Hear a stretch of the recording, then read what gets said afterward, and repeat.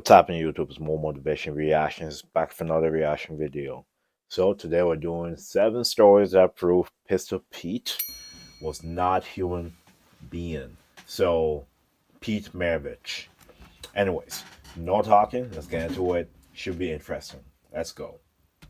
The wrong era. Number 7. A man before his time. From his early childhood up until his last seasons as a pro, Pete Maravich played the game of basketball without a three-point line and without a hand check rule. Now, I'm going to... Someone was telling me, I don't know how long ago, but someone was saying he was average like 40 in college. Someone please verify. Because that's pretty insane. To average 40 without a three-point line, that's... How many shots is he taking though? But even still, that's crazy. To go more into depth as to what that meant for his stats as we get later into this video, but let's just talk about what this meant for his career in general. When you watch highlights of Pistol Pete, when you hear stories of his play, you quickly realize that the man was before his time. He would consistently pull up from as deep as 30 feet out, even though his... That's crazy. Even though there's no three-point line, or even though it's not worth anymore.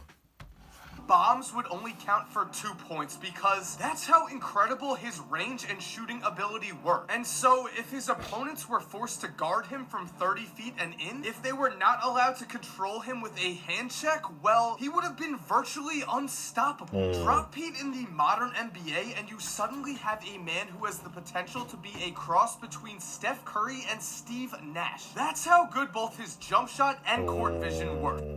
Wow. I never thought Steve Nash's name would come up. Interesting. That's how deadly of a scorer and playmaker he was. And on top of all... Did you guys know Steve Nash is Canadian? But if you got any US people watching, Steve Nash is Canadian indeed.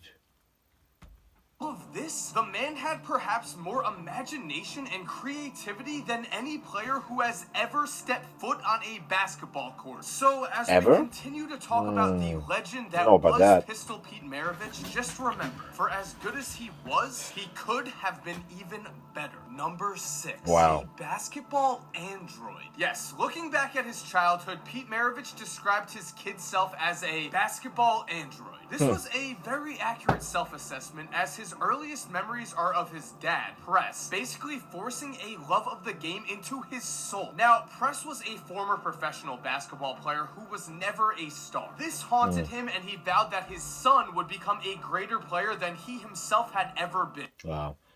The only thing I have, my only concern with that is, like, if you're a father trying to, I guess, enforce, I shouldn't say enforce, but anyway, if you're a father trying to lay something on your kid, they may grow to hate it. You know what I mean? They may grow to hate it. I don't know what his situation was like, but that's just making me think that.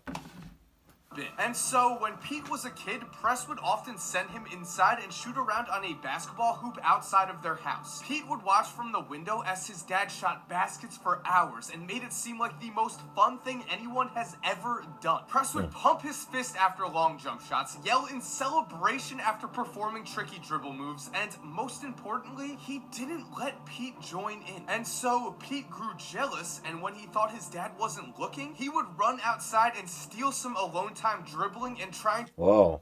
Okay. So, okay.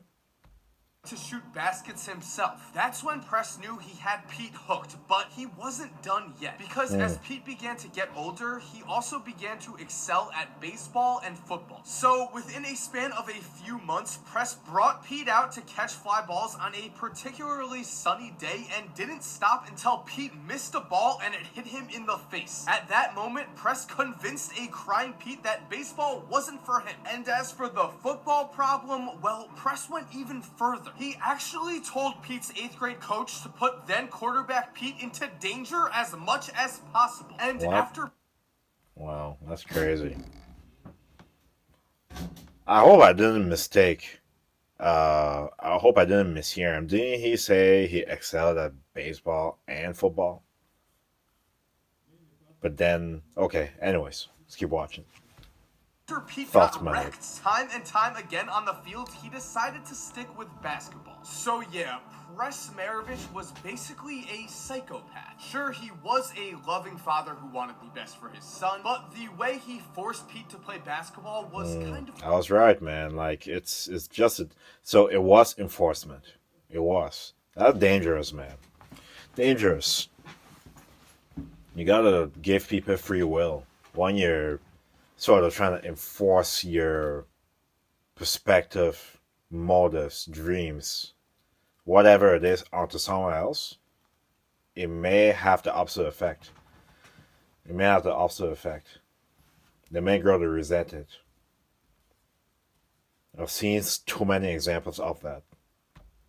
questionable. But personally, I don't hold anything against Press because Pete doesn't hold anything against Press. That's because Pete's greatest work ethic of all time. The way people talk about him now, it seems like Pete Maravich began to dribble a basketball the second he came out the womb. He dribbled as he walked to school. He would dribble in movie theaters. He would lie across the back seat and dribble the ball outside of a car door while his dad drove him Really? around town. And while his dribbling practice methods were already the stories of legends, that's not all Pete was practicing. His work ethic could only be described as relentless, as on school days he would often practice as many as 8 hours a day, getting in shots before school, then working on dribbling drills and Man, one-on-one that's a full time job.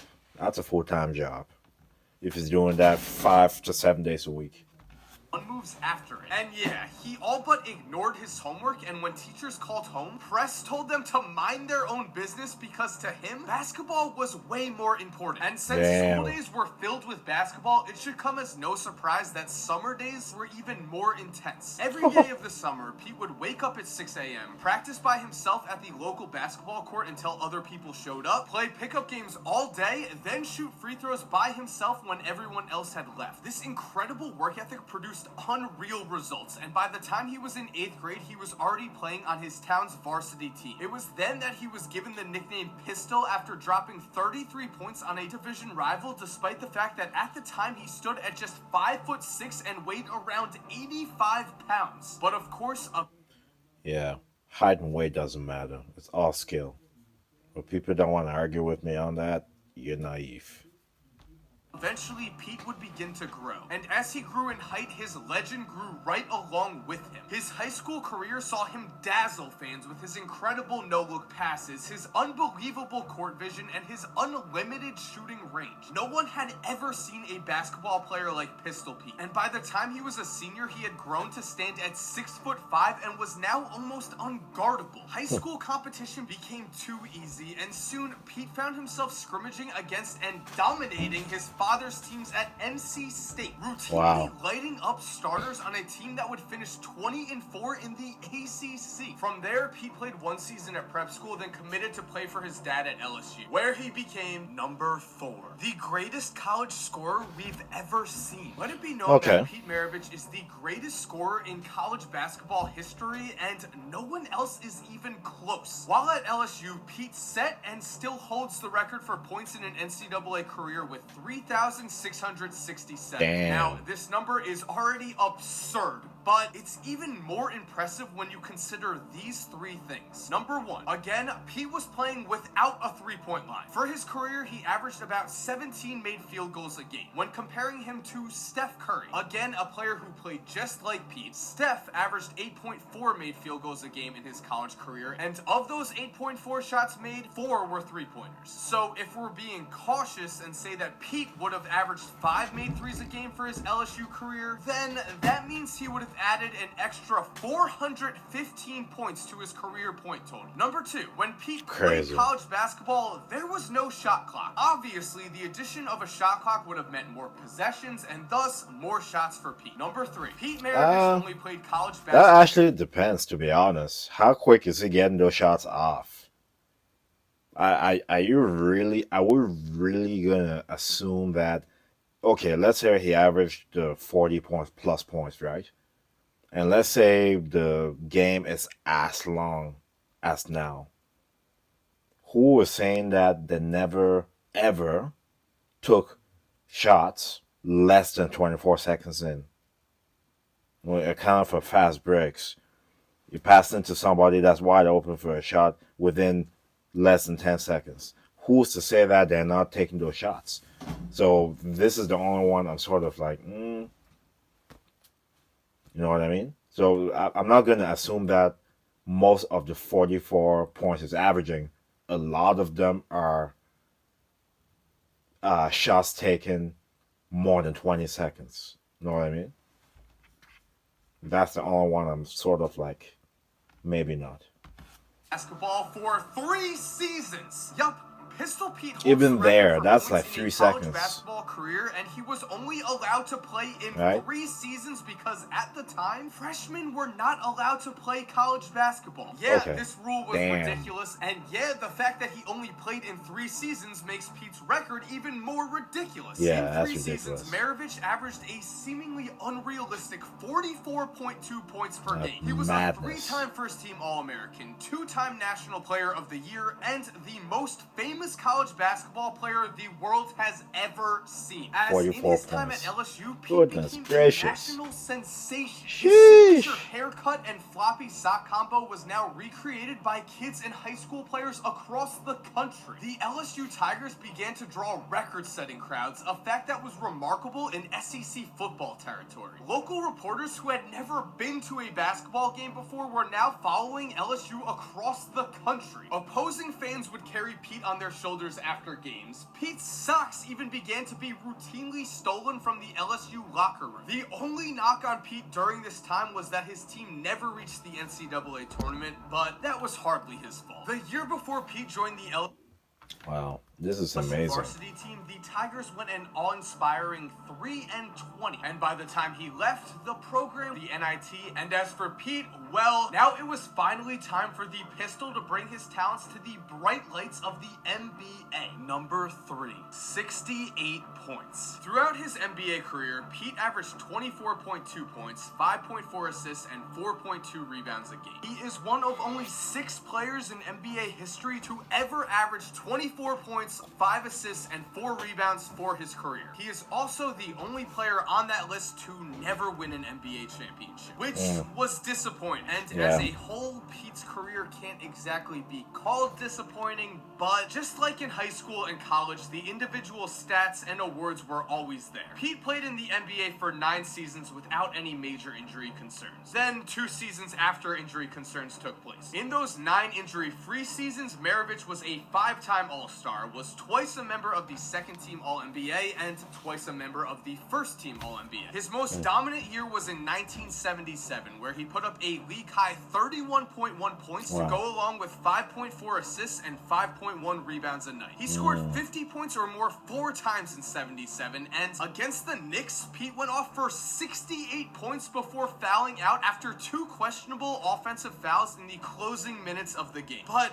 with all of this said, the Wow. 1977 Jazz did not even make the playoffs. And That's an too even bad. bigger problem was this wasn't a surprise, as in his 9 healthy years, Pete never played on a team that reached even the conference finals, and after 3 straight playoff years to begin his career, his final 6 healthy years saw him play on losing teams. And of That course, while sucks. some are going to say that this was because he was a ball hog, because he was a showman, because he was whatever. Think about this. For much of Pete's career, the NBA only had 17 or 18 teams. In that time, for whatever reason, the league would routinely have as many as 28 or 30 All-Stars in a single year. Now, in Pete Maravich's 9 healthy seasons, 231 total All-Stars were chosen, which was almost 26 a season. Of those 231 players, a grand total of 10 played on teams that Pete played on, which meant about 1 All-Star out of 26 each year was either Pete himself or his teammate. Going Damn. even further, Pete only played with 2 other All-Stars in those entire 9 seasons. So yeah, while the media may have... That's something a lot of players now can never say.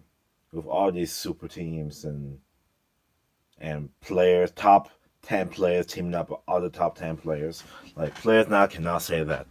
They really can't. It was a soft air of super teams. Have gotten on his back. Talent. Gibb was one of the ultimate respect of his peers. To really understand just how good Pete Maravich was, I'm going to present you with some quotes from 6 players who are in the Hall of Fame and 1 player who soon will be. He was way before his time. I don't know if you'll ever see a ball handler like him ever. Dominique Wilkins. Anytime they talk about today's players and how good they are, I say you haven't seen Pete Maravich. Calvin Murphy. I learned a long time ago that you take something from greatness and add it to your game. Pete showed me how to score, how to put the ball in the hole. George Gervin. He was the greatest ball handler I've ever seen in my life. He could do things with the ball that were unbelievable. Rick Barry. Oscar was the Better than Kyrie. best guard I've ever played against. Jerry West was the best I've ever played with. And Pete is the best I've ever seen. Elgin Baylor. Like a master chess player, he saw things that nobody else did. Bill Walton. We're all doing things he did first. Steve Nash. That's why I hope these quotes have helped to give you a quote. I don't want to play 10 years in the NBA and then die of a heart attack at the age of 40. That quote did his own death. In his last season as a professional basketball player, Pete rode the bench for a Boston Celtics team that would lose in the Eastern Conference Finals. At this point, his body had betrayed him, and the fire for basketball that had once consumed his soul had been extinguished. And so, at the young age of 32, Pete Maravich retired and asked himself, what's next? Basketball had been his entire life, and now there was an emptiness in his heart that he found almost impossible to fill. The years following his retirement were filled with dark moments. He began to drink, he prepared for the apocalypse, his family and friends became more and more worried. And I could go into more detail about those times, but I'd just rather not. Instead, let's talk about the years leading up to his death. The years that saw things turn around for Pete. In these years, he found true meaning in life away from basketball. He became a better family man, a reformed alcoholic, and a born-again Christian. It was this Pete, a happy Pete, that took the court to film a quick segment of pickup basketball for a Christian At least he became a Christian in time, before death. The thing that's scared me a bit is him predicting his death. I didn't hear it yet, but that's part of sketchy. That's part that sketches me out. Show. In this pickup game, Pete felt real joy on the court for the first time in a long time, telling those around him, I feel great. It was then that he collapsed, moments later dead at the age of 40. In a bizarre twist, he had predicted his own death, as he indeed had died of heart failure due to an undiagnosed heart condition. And with the passing of Pete Maravich, the country saw itself lose one of its biggest basketball icons. Across the United States, newspapers such as the New York Post would go on to devote their entire back pages to Pete. And Post writer Peter Vesey put it best, writing, "The pistol dies playing the game he loved." So, thank you guys for watching. Wow. Folks, I learned so much. I learned so much. I never knew it died that young, though. That's crazy. That's crazy. And I also never knew, well, I kind of knew that I averaged 40 in high school or in college. And I also never knew he was like he basically never played with a lot of all stars his whole career, his 10 season career. And what else did I learn? That's about it. I'm definitely gonna have to do more research on Pistol Pete and other players in general before that shaped the players now. He reminds me a lot of Steve Nash, for sure. But that's it for the video. Thank you so much for coming back to my channel. Make sure to like, share, subscribe. Stay tuned for more reaction videos. Like always, get better every day, optimize yourself. I'll see you next